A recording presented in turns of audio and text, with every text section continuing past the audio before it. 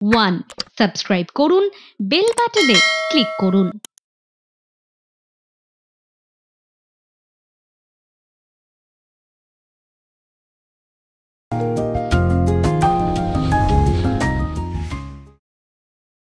সোমবারের একটা নতুন সন্ধেবেলায় চ্যানেল ওয়ানের বই আড্ডা লিকাচ্চা অনুষ্ঠানের একটা নতুন এপিসোড। আজকে আমাদের অতিথি ডক্টর পূর্ণেন্দু বিকাশ সরকার। গীতবিতান তথ্যভাণ্ডার, গীতবিতান আর্কাইভের মতন অসামান্য বই তিনি লিখেছেন। আনন্দ পুরস্কার পেয়েছেন গীতবিতান তথ্যভাণ্ডারের জন্য। সেই ডক্টর পূর্ণেন্দু বিকাশ সরকার। নমস্কার। পূর্ণেন্দুবাবু, আপনাকে আমাদের অনুষ্ঠানে স্বাগত জানাই। নমস্কার।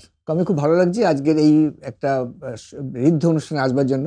এই অনুষ্ঠানের কথা আমি আগেই শুনেছি, কিছু দেখেওছি। তখন থেকে একটা লোভ ছিল কবে আসতে পারবো। আজ আপনাদের আহ্বানে এসেছি। আমরাও খুব কৃতজ্ঞ আপনি এসেছেন। আপনার মতো একজন গবেষক মানুষ এবং দর্শক বন্ধুরা যারা দেখছেন তাদের জন্য জানিয়ে রাখার, ডক্টর পূর্ণেন্দু বিকাশ সরকার একজন নামকরা অক্ষি বিশেষজ্ঞ, মানে চোখের ডাক্তারবাবু উনি। ফলে তাকে মানে আজকেই তো তিনি দুটো ওটি সেরে তারপরে এলেন, ব্যস্ততম মানুষ। এই ব্যস্ততার সময়ের মধ্যে রবীন্দ্রনাথকে নিয়ে অন্বেষণে আপনি ব্রতী হলেন কেন? কি করে আপনি জানেন, আমি গীতবিতান আর্কাইভটা একটা অন্যভাবে তখনকার দিনে গান শোনবার একটা পুরো প্যাটার্ন চেঞ্জ করে দেওয়া হয়েছিল। গীতবিতান তথ্য ভাণ্ডার, যেটা নিয়ে আমরা এবার রবীন্দ্র পুরস্কার পেলাম, এটা শুধু বই না, বইয়ের হাউ টু আনন্দ পুরস্কার পেলাম। একটা বইয়ের তথ্যকে কিভাবে একসঙ্গে নজরে আনা যায়, এই যে scientific approach to A formatting the book, অথবা যে আমাদের রবীন্দ্র গানের অন্তরালে বইয়ের মধ্যে থেকে সরাসরি গান শুনতে পাচ্ছি, বই পড়ছি গান শুনতে পাচ্ছি, এই যে টেকনোলজি একটা করে আলোচনায় আমি একটা কথা বলি, এই যে টেকনোলজিক্যাল যেটা বললেন না, এটা কিন্তু মূল ছিল আমার সেই ছোটবেলায়। আমরা একটা সায়েন্স ক্লাব করতাম, তার নাম যুব বিজ্ঞান সংস্থা, সেখানে এসব করা হতো, সেই বীজটা রয়ে গেছে।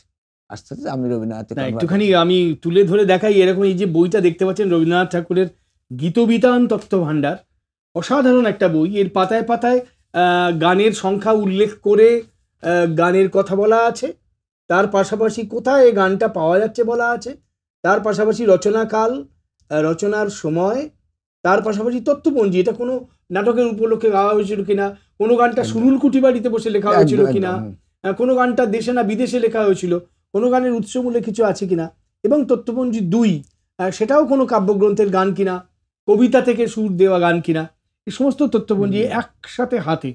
মানে আজকের দিনের বাঙালি তো বেদের মতো করে আঁকড়ে ধরেছেন। মানে গীতবিতান যেমন ঘরে ঘরে আছে, যেমন রবীন্দ্রনাথের গানে যারা গান করেন এবং যারা গান ভালোবাসেন সকলের কাছেই গীতবিতান তথ্যভাণ্ডার আছে। আমরা খুব বাঙালি সমৃদ্ধ হয়েছে আপনার এই বই পেয়ে, এবং আনন্দ পুরস্কারে সম্মানিত হয়েছেন, যোগ্য লোকের হাতেই তা অর্পণ করা হয়েছে।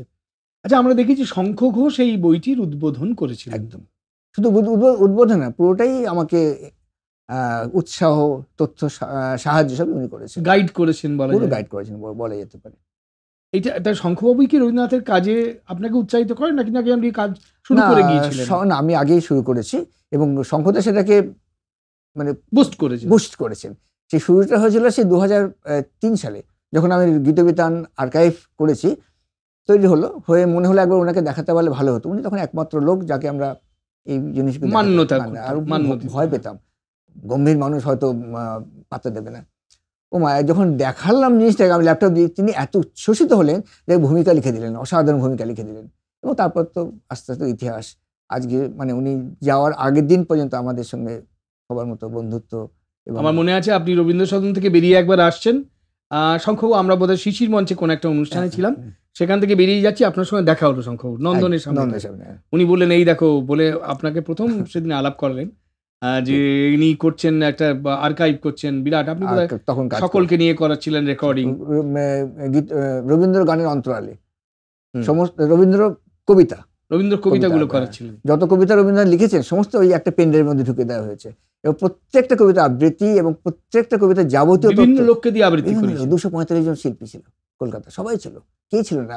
সেটাই শঙ্খবাবু বলছিলেন যে, তো শঙ্খবাবুকে আপনি কবিতা আবৃত্তি করতে রাজি করাতে পেরেছিলেন? পারলাম না, আপনার চেষ্টা করেছি।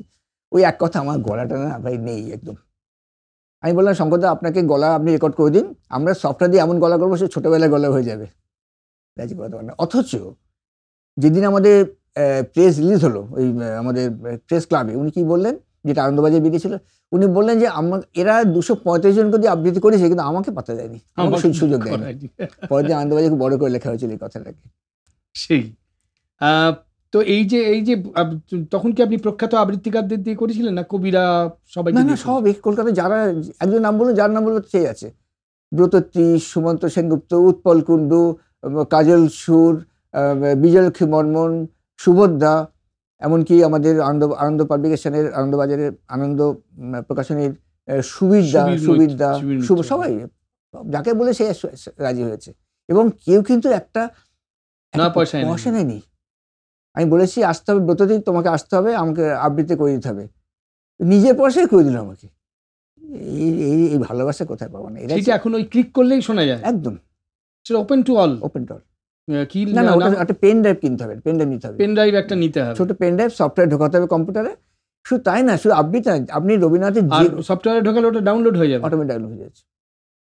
মানে এই জন্য আপনি আপনার ছোটবেলায় সায়েন্স ক্লাব ইত্যাদি আগ্রহের কথা বলছিলেন। এই যে 57খানা কাব্যগ্রন্থে রবীন্দ্রনাথের কবিতা, রবীন্দ্রনাথের গান যত পরিচিত, আপনি দেখবেন কবিতা তো তত পপুলার নয়, সবকটা নয়, হ্যাঁ কিছু কবিতা, কিন্তু 3,500 কবিতা আমি সংগ্রহ করেছি এবং সবাই জানে, সকলকে দিয়ে পড়িয়েছেন, প্রখ্যাতদের দিয়ে নামিয়ে নামিয়ে। কিন্তু একটা দরকার, যারা আসলে কবিতা নিয়ে আমাদের উৎসাহ একটু কম, আপনি জানেন, আপনি এখন রবীন্দ্রনাথের কোন একটা কবিতা কোন কাব্যগ্রন্থে আছে তার সম্বন্ধে যাবতীয় তথ্যগুলো, তার যাবতীয় খবরগুলো যারা যদি কেউ জানতে চায়, ওই একটা সোর্স হচ্ছে রবীন্দ্র কবিতা আর্কাইভ। রবীন্দ্র কবিতা আর্কাইভ, আর কোনো সোর্স নেই। সেটা গিয়ে পেন ড্রাইভে ডাউনলোড করে নিয়ে শোনা যাবে যে কোনো। বাহ, এটা খুব একটা আনন্দের কথা। বড় কাজ, এইরকমই আকর্ষণীয় আরো অনেক কথা বাকি রয়েছে, অনেক ওর কাজ, জীবনব্যাপী কাজ। আমরা আসবো একটা ছোট্ট বিরতির পর, কেউ চলে যাবেন না, ফিরে আসছি একটা ছোট্ট বিরতির ওপারে।